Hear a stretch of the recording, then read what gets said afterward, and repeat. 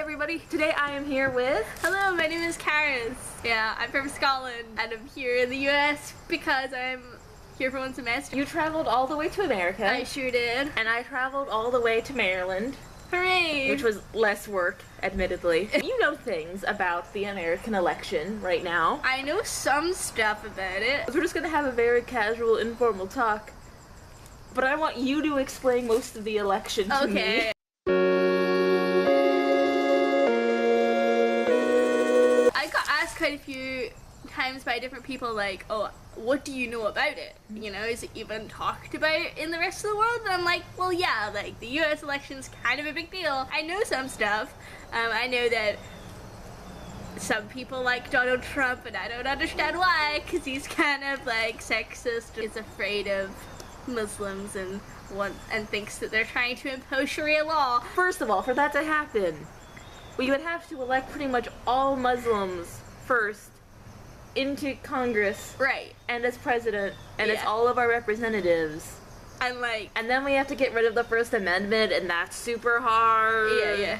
So I feel like there is no way that would ever happen. You know, that video was leaked where he was, you know, talking about grabbing women, and I was just watching it like, so some people would elect this man as president of the United States? Really, though? Why? And there are some people saying, oh, you know, I'd rather elect him than Hillary because, you know, he's just a moron. She is, you know, dangerous. I would argue both of them could be dangerous.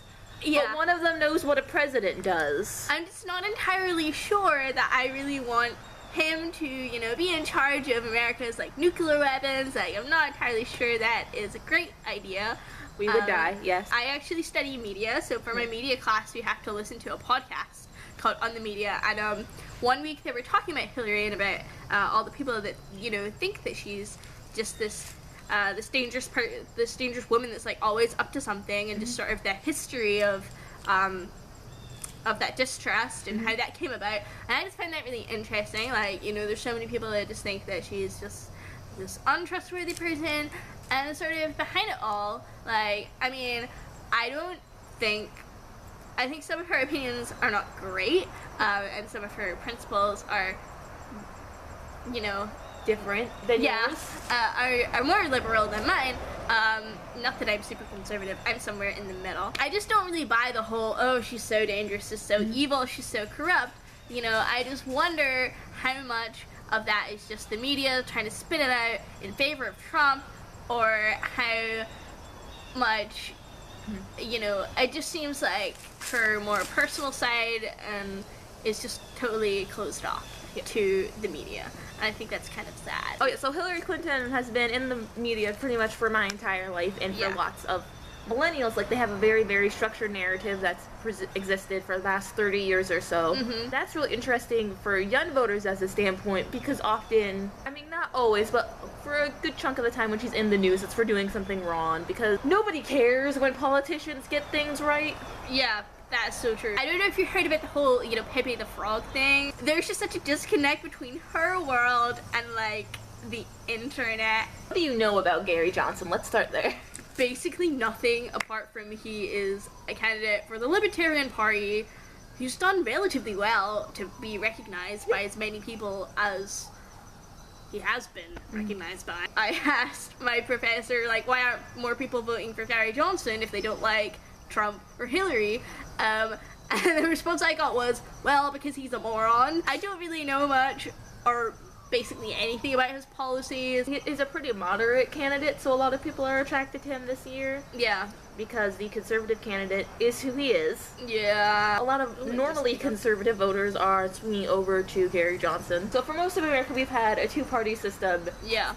And in the UK, you have a multi-party system. That's right. Which just means more than two, really. It means more than two, but it's generally one of two parties that get in, or, you know, become the majority. Last question. So as a foreigner living in America right now, who do you think would be the best for you to win the presidential election if you want to get out and back to Scotland alive? I mean, probably not Trump, so I guess I'd have to say Hillary. Yeah. I mean, I'm not gonna say Gary Johnson because he's not gonna win. So there you go. We're sorry, man. Hey, Yeah. it's all right. We're good. Yeah. But I mean, if he wins 5% of the electorate, it means the next time third-party candidates will, you know, get more funding and become, and will be paid attention to by the media. At that point, I mean, you kind of have to pay attention to them once they have federal funding. That is entirely true. Because otherwise, you're just doing disservice as a media, like, as a journalist, I think. Absolutely. Yeah. Cool. Yeah. Don't protest vote, but only vote for Gary Johnson if you agree with him.